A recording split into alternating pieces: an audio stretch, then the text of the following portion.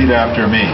I, George Walker Bush, do solemnly When George swear. W. Bush took office in 2000, he brought with him some of the most conservative foreign policy voices in the Republican Party.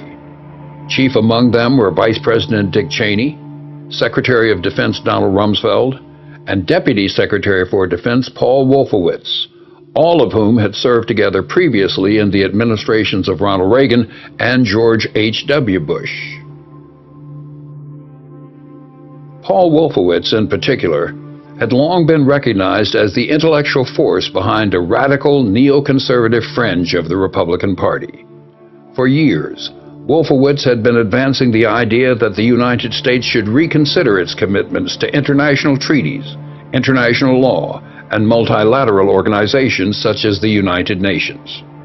So this is not just a Republican takeover. This is a very specific wing of the Republican Party. It's neoconservative, it's unilateralist, it doesn't believe in the rule of law, it doesn't believe you have to tell the public the truth.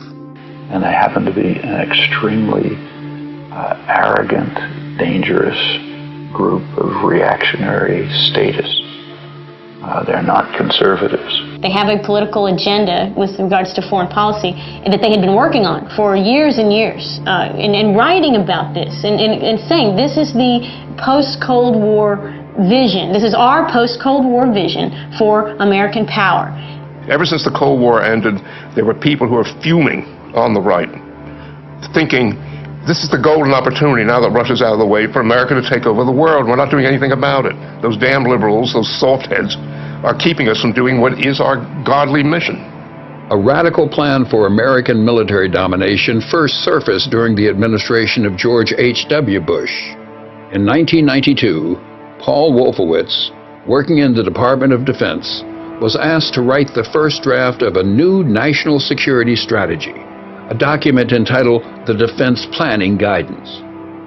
The most controversial elements of what would later come to be known as the Wolfowitz Doctrine were that the United States should dramatically increase defense spending, that it should be willing to take preemptive military action, and that it should be willing to use military force unilaterally, with or without allies. This new reliance on military force was necessary, according to Wolfowitz, to prevent the emergence of any future or potential rivals to American power, and to secure access to vital resources, especially Persian Gulf oil.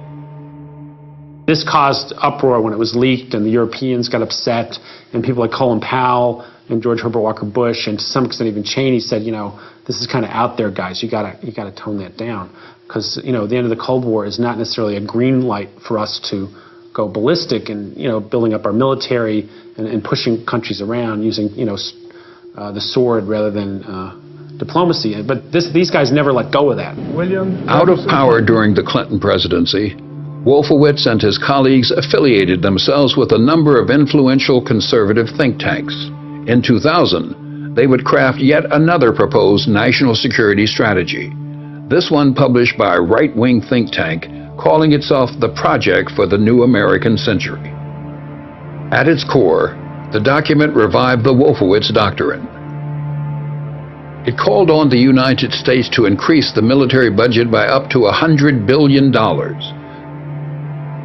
to deny other nations the use of outer space, and to adopt a more aggressive and unilateral foreign policy that would allow the United States to act offensively and preemptively in the world.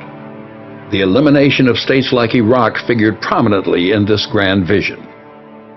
They were coming out against the policy of every American president, from Nixon to Clinton to even George Bush in his first year. They wanted to change that. But even these hardline conservatives knew that the Wolfowitz Doctrine was likely too radical to win the support of the foreign policy establishment, their own Republican Party, and the American people. In their defining document, written in September of 2000, a full year before 9/11, they acknowledged that the process of transformation, even if it brings revolutionary change, is likely to be a long one. Absent, in their own chilling words, some catastrophic and catalyzing event, like a new Pearl Harbor. 1 year later, that event would arrive.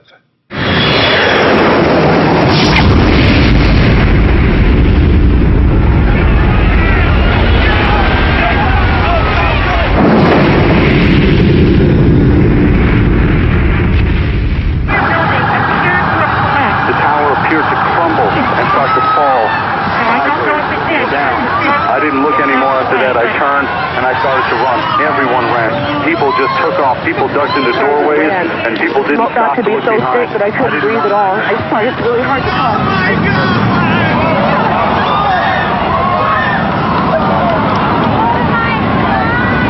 They're both down now. It's just a huge cloud of smoke.